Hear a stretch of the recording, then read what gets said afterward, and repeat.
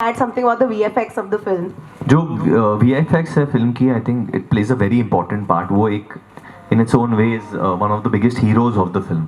और I can proudly से कि जो फिल्म पे खर्चा हुआ है, जो सबसे ज़्यादा खर्चा हुआ है वो VFX पे हुआ है. Dino has allocated the most money for the VFX, क्योंकि हम चाहते थे कि ये VFX वर्ल्ड क्लास हो.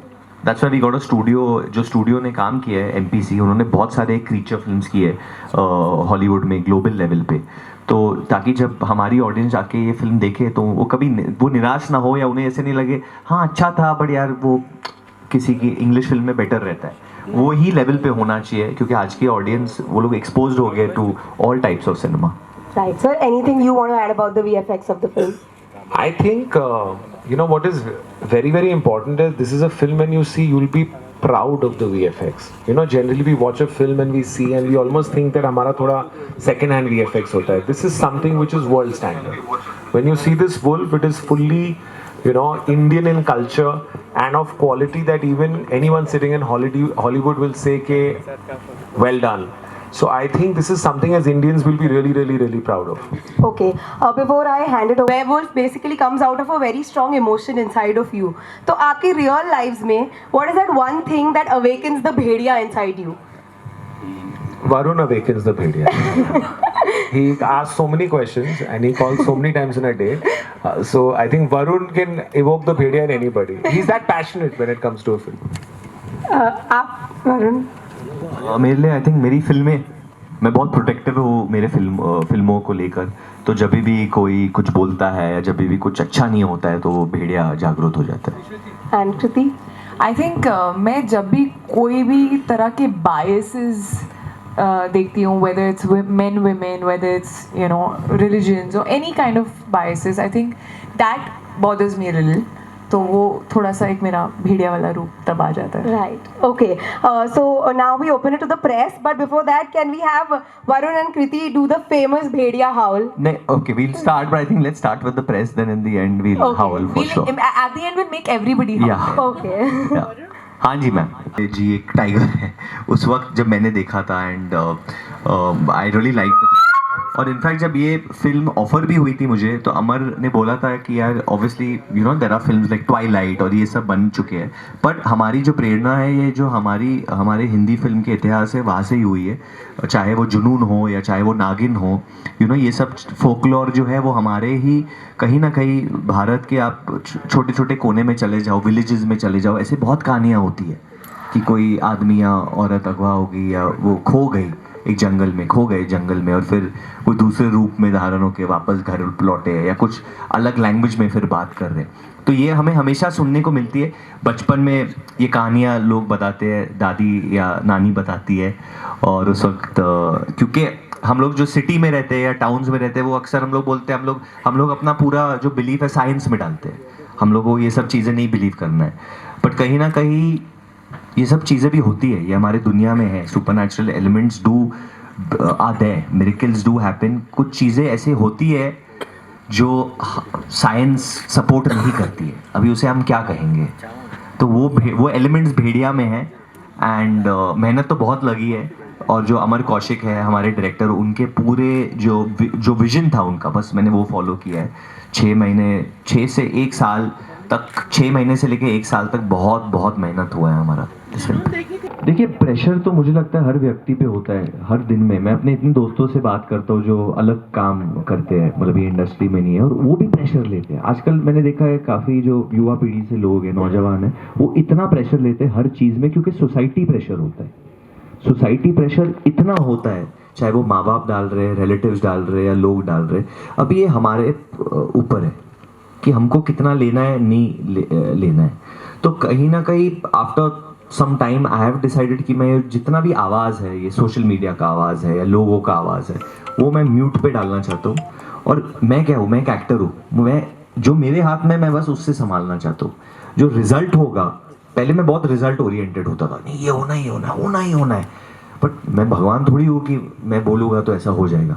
मैं तो बस अपना कार्य कर सकता हूँ. तो मैं बस वही मानता हूँ कि हर मनुष्य को बस अपना कार्य करना चाहिए और जो रिजल्ट आएगा वो छोड़ देना चाहिए भगवान के ऊपर. Hi, Varun. हाँ जी. So I have a question Hi. for the each of you. So, you spoke about the VFX in the beginning, and we've had Brahmastra that released in September. Brahmastra so far is one of the best films that we have in terms of VFX. So, how do you think is India going in terms of VFX now? And obviously, with Bhedia's VFX also.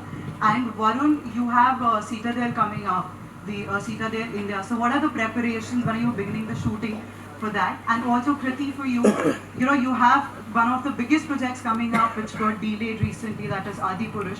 Do you think that, again, I mean, that is also somewhere related to the VFX. Do you think that a lot of trolls that try to, attack the movie for its VFX is one of the reasons why the makers had to delay the release date?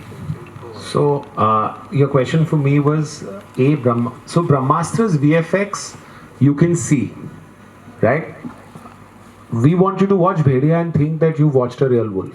And that's the challenge, because your eyes have seen an animal before. And I can promise you, when you meet not this Bhedia, but his Ichhadari avatar, you will be very, very happy and proud as an Indian. Another thing that is there is that we've actually also made this film in record time. From, I think, inception to now, it's been 18-19 months. We have a director who's very, very, very planned. So it's also a very economical film the way it's been made. We've shot it in record time. We've given 1 year to VFX. And we've had, there are 600... announced as the brand ambassador for Prime Video, Prime Bay, before anyone else.